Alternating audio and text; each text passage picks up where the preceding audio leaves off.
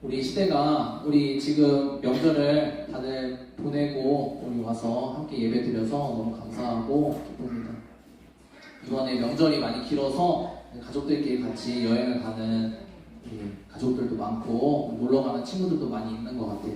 오늘 말씀을 통해서는 우리가 왜 함께 살아야 되는지에 대해서 말씀을 좀 나눴으면 좋겠습니다. 시대가 흘러가면 흘러갈수록 사람들이 혼자 사는 것을 굉장히 좋아합니다. 그리고 혼자 살아가는 것에 대해서 가족 가운데서 살다가 우리 공동체 가운데서 살아가다가 독립해서 혼자 살아가게 되는 것을 이 시대에서는 성공이라고 말합니다. 내가 성공했다. 내가 성공했기 때문에 이제 나는 독립해서 혼자 자립해서 살 수 있게 되었다. 혼자 살기 때문에 이제는 나는 행복한 삶을 살 수 있게 되었다 라고 말하는 시대 가운데 우리가 살고 있습니다. 뭐 TV 프로만 하더라도 여러분들이 잘 알고 있는 프로들이 많이 있을 거예요. 뭐 나 혼자 산다 같은 프로그램, 오래된 프로그램이지만 뭐 연예인들이나 유명한 사람들 나와서 자기의 좋은 집들이나 이런 것들을, 그리고 자기가 어떻게 살아가는지 많이 보여주죠. 좋은 모습들이죠. 혼자 아기자기하게 뭐 살아가고 행복하게 살아가는 그런 좋은 모습들을 TV 프로라든지 아니면 뭐 유튜브라든지 여러 가지 우리 사람들이 쉽게 접할 수 있는 매체를 통해서 많이 보여줍니다. 그런 것들을 통해서 어떤 마음을 우리 가운데, 이 세상에서 우리 가운데 어떠한 생각들을 많이 심어주냐면, 나도 혼자 살아야 되겠다. 지금 내가 가족 가운데 살면서, 가정 가운데 살면서, 공동체 가운데 살면서 저 사람이 나를 귀찮게 하고 나에게 잔소리하고 나를 힘들게 하고 내가 하고 싶은 것들을 아무것도 할 수 없도록 만드는데, 저렇게 혼자 사는 사람들의 모습을 보니까 너무나 행복해 보인다. 너무나 자유스러워 보인다. 너무나 자기가 하고 싶은 것만 하면서 살 수 있어 보인다. 그래서 나도 혼자 사는 것에 성공해야 되겠다 라는 생각들을 우리 마음 가운데 끊임없이 그 불을 지피게 됩니다.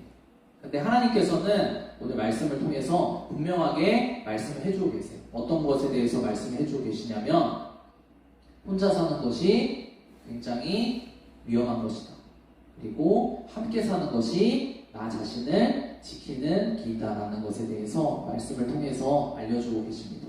오늘 말씀을 같이 한번 우리 읽고 나누면서 왜 우리가 함께 살아야 되는지에 대해서 하나님께서 말씀하시는 것들을 잘 한번 찬찬히 우리 마음에 새기고 돌아가는 시간이 되었으면 좋겠습니다. 우리 첫 번째 말씀 같이 한번 읽어보도록 하겠습니다. 조금 길지만 같이 차근차근히 한번 읽어보도록 하겠습니다. 시작.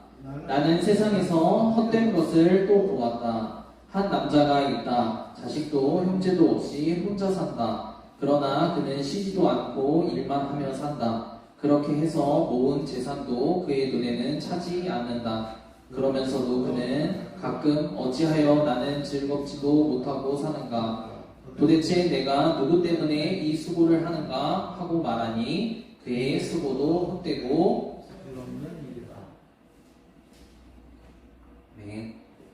이 전도서라는 성경에서는 이렇게 다음과 같이 말하고 있습니다. 어떤 것에 대해서 말을 하냐면 헛되다, 부질없는 삶에 대해서 이야기하고 있어요. 그런데 그 한 가지 중에, 여러 가지가 헛된데 그 한 가지 중에 헛된 것 무엇이냐? 혼자 사는 삶의 결말이 헛되다는 것에 대해서 이야기하고 있어요.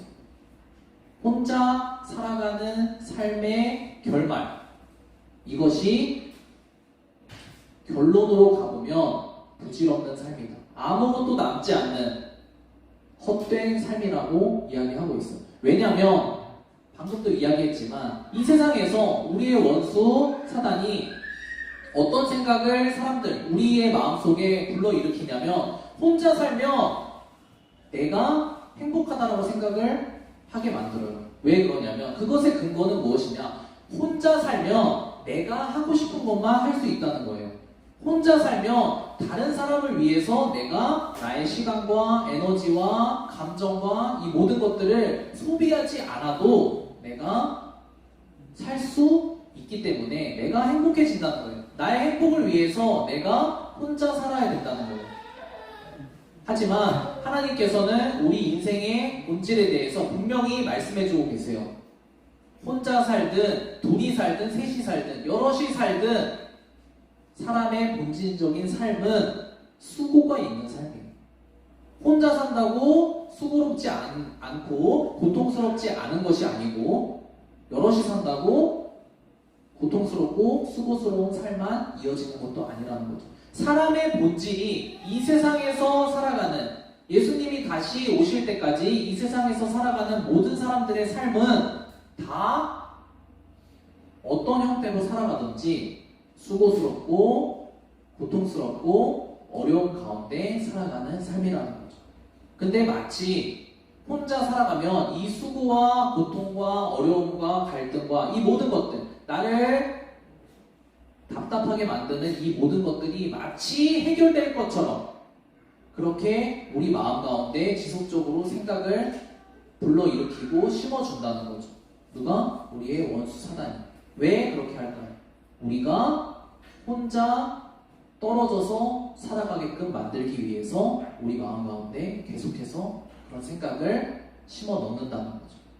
근데 오늘 성경에서 분명히 이야기하고 있습니다.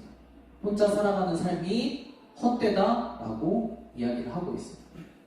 그러면 왜 그런지 우리 다음 말씀 보면서 같이 한번 확인해 보도록 하겠습니다.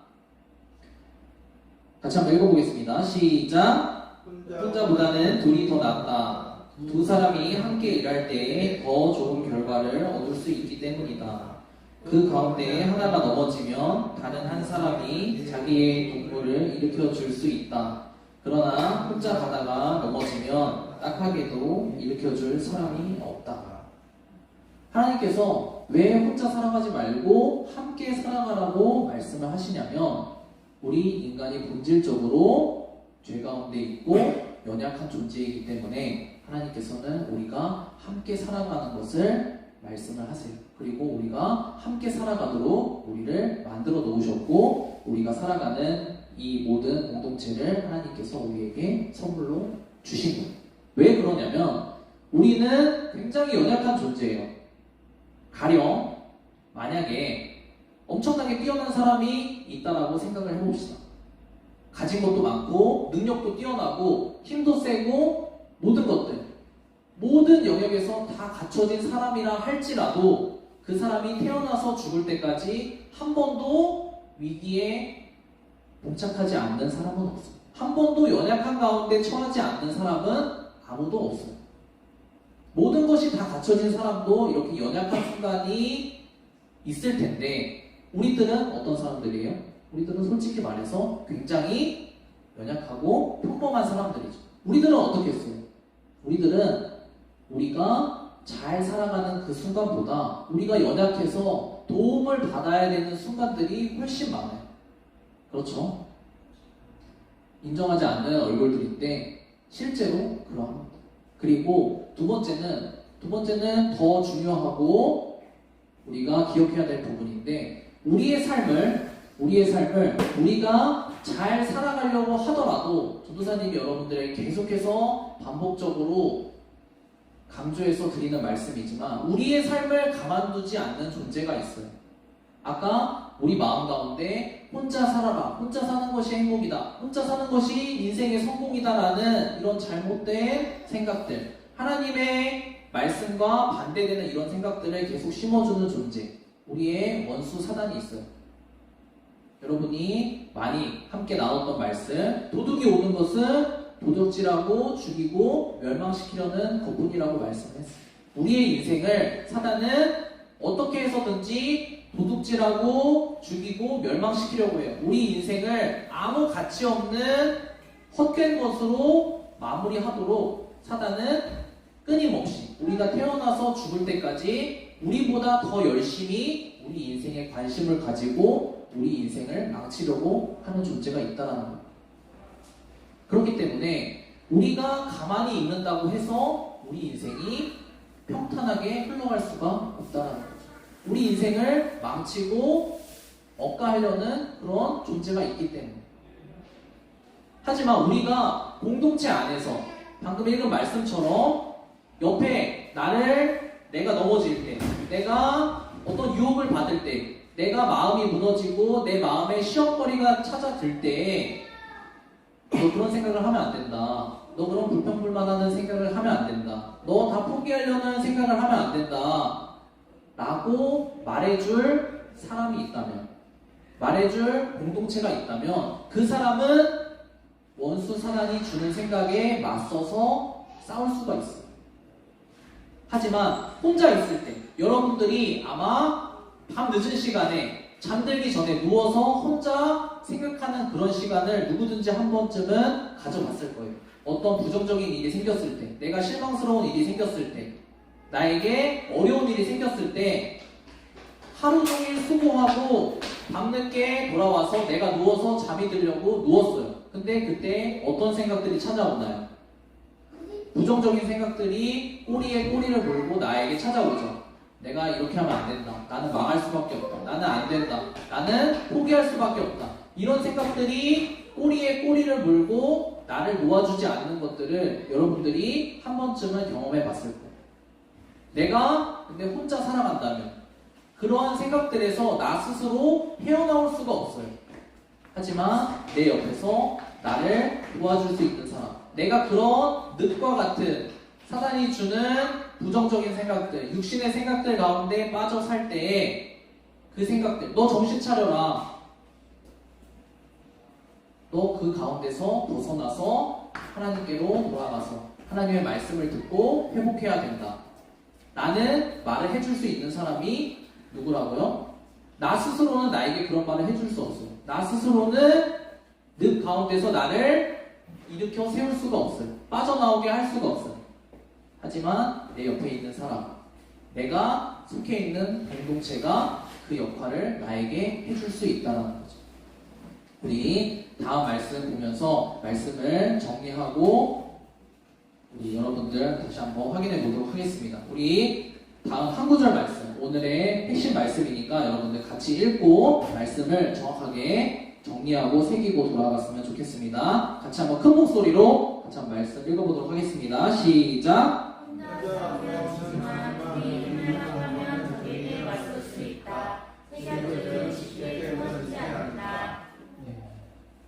교회를 많이 이제 오래 다녔던 친구들은 한 번쯤은 다 들어봤던 말씀일 거예요. 지금까지 여러분과 함께 나눴던 그 말씀입니다. 혼자 있으면 우리 스스로 무너질 때도 있고, 우리가 서 있으려고 안간힘을 쓰면서 노력한다 하더라도 우리를 가만두지 않는 우리의 원수가 있기 때문에 우리가 혼자 떨어져 있으면 반드시 패할 수밖에 없어요. 반드시 부정적인 생각에 빠질 수밖에 없고 반드시 우리가 넘어지는 방향으로 갈 수밖에 없어요. 그렇게 되면 어떻게 된다고요? 우리가 처음 읽은 말씀처럼 우리의 인생이 어떻게 돼요? 눈을 떠보니까 1년이 지나 있어요. 지금 벌써 오늘이 10월의 1일이에요. 여러분들 놀랍지만 벌써 2달밖에 남지 않았어요. 3달인가요? 10월, 11월, 12월. 그렇죠? 벌써 눈 감았다 뜨니까 10월이에요. 우리의 인생이 1년이 그렇게 지나가고 2년이 그렇게 지나가고 10년이 그렇게 지나가는 거예요. 어떻게 살다 보면 나 혼자 떨어져서 아무 생각 없이 하루 어떻게든지 버티고 살아가며 부정적인 생각을 하고 남 탓을 하고 탓하고 자기 위로를 하고 살아가다 보면 눈 뜨면 내 인생이 헛된 상태로 빠져서 아무것도 얻지 못하고 시간만 흐르는 그런 인생이 될 수밖에 없다는 거죠. 하지만 하나님께서 말씀을 하고 계세요. 혼자 살면 그런 가운데서 인생을 마무리할 수밖에 없다. 똑같이 수고하는데 혼자 살아도 수고하고 같이 살아도 수고해요.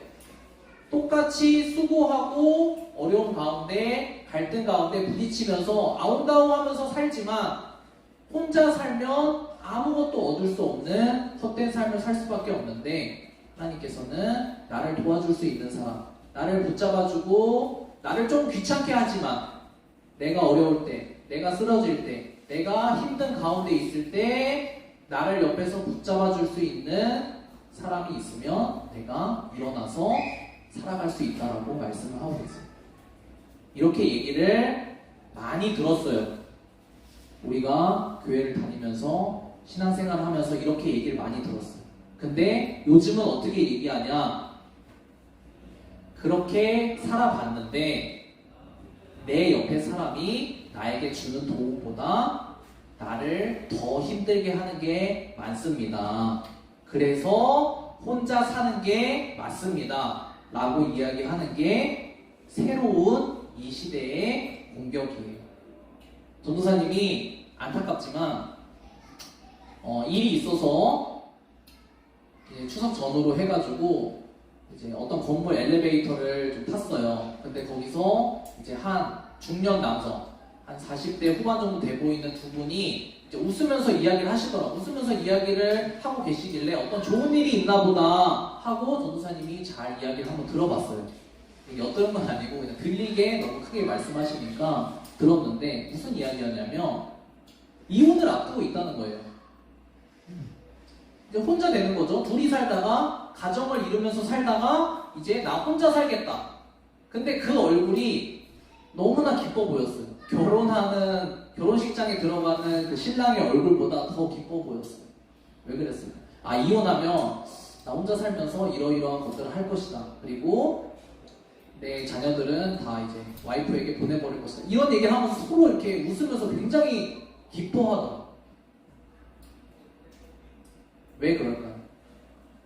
이 시대 가운데 우리가 둘이 있으면 힘을 맞잡고 우리가 이겨낼 수 있습니다. 나는 많은 이야기를 들으면서 이제까지 살아왔는데 세상을 살다 보니까 그렇지가 않다는 거예요. 그렇지 않은 경우가 있다는 거예요. 둘이 있으면 그런 경우가 있어요. 한 사람이 무너질 때 일으켜주면 좋겠지만 두 사람 다 무너지는 순간이 있단 말이에요. 두 사람 다 사람이기 때문에 무너지는 순간이 있어요. 그러면 어떻게 할까요? 한 사람만 무너지면 한 사람이 일으켜 세워서 같이 끌고 가겠지만 두 사람이 다 무너질 때는 어떻게 해야 될까요? 우리가 둘만 서로 좋고 둘만 서로 붙잡고 있는다고 우리 인생의 문제가 해결되지 않아요.